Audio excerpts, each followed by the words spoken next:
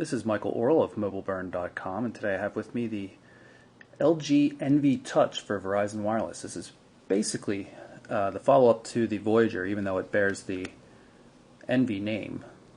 You can see it's a communicator-style device, large 3-inch 800 by 480 pixel touchscreen display on the outside, and a non-touch 800 by 400 pixel display on the inside, same size. You can see they line up almost perfectly. Full QWERTY keyboard. It's really only 3 rows though for the alphabetic keys, which means the space bar is mixed into the middle of them, which is a little bit annoying. And that's due to the fact that there's a dedicated row of number keys, which is pretty convenient for entering in phone numbers and things like that.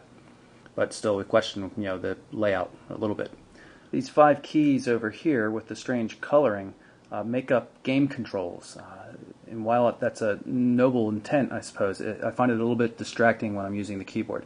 Otherwise, the keyboard's not too bad. The keys actually have a nice feel to them. It's just that small space bar, which is merged in the middle of the letter keys, so things don't quite line up the way they would on a regular PC or laptop keyboard. But overall, it's pretty nice. Some dedicated keys for messaging, for your favorite contacts right up here, which is convenient. I'll show you that later. Control cluster. We have send and end call keys. Very workable D-pad, dedicated clear button, and a dedicated button for the speakerphone. Up here, 2 soft keys. Stereo speakers as well. When we close the device, get back to that 3-inch touchscreen on the front.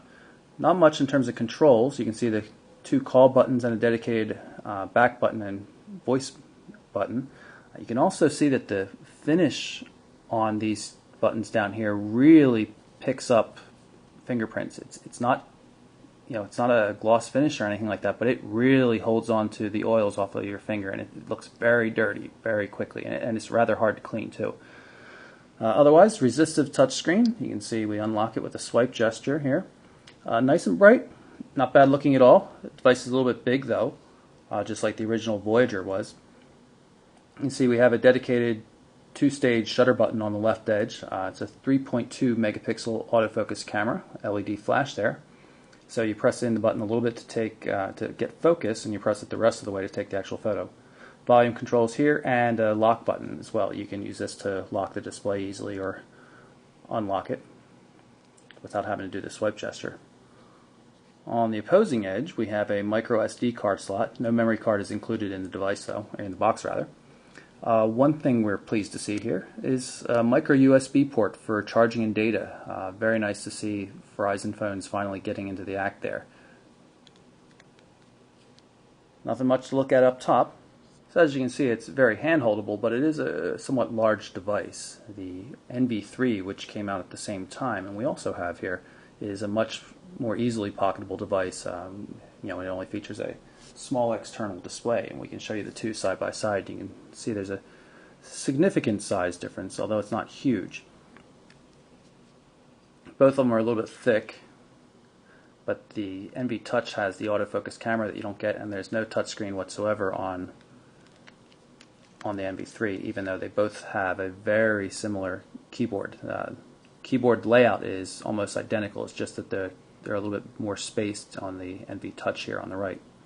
So we'll unlock the device again here, and you can see the home screen. Dedicated buttons across the bottom here for pulling up your favorite contacts, your contact list, which you can see has scrolling ability. Also has, when you first go into it, tabs showing at the bottom the letters you can type. And so, for example, I can type J, and then it starts matching up with the first names, John Doe, and you can see I have JA for Jack Black or JO for John Doe. Unfortunately, there's no way to search on last names, so you can't search on Doe, you can't search on Black. This is a little bit limiting in that regard. It's the phone dialer right here, pretty straightforward. Mild haptic feedback whenever you touch a number. Very subtle.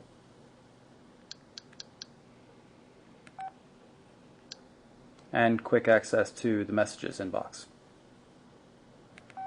This button here in the middle brings up the main menu, which we'll show you in a little bit, and this tab here brings up the quick menu.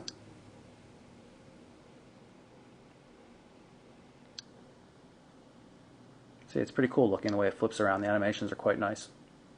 and you can customize it.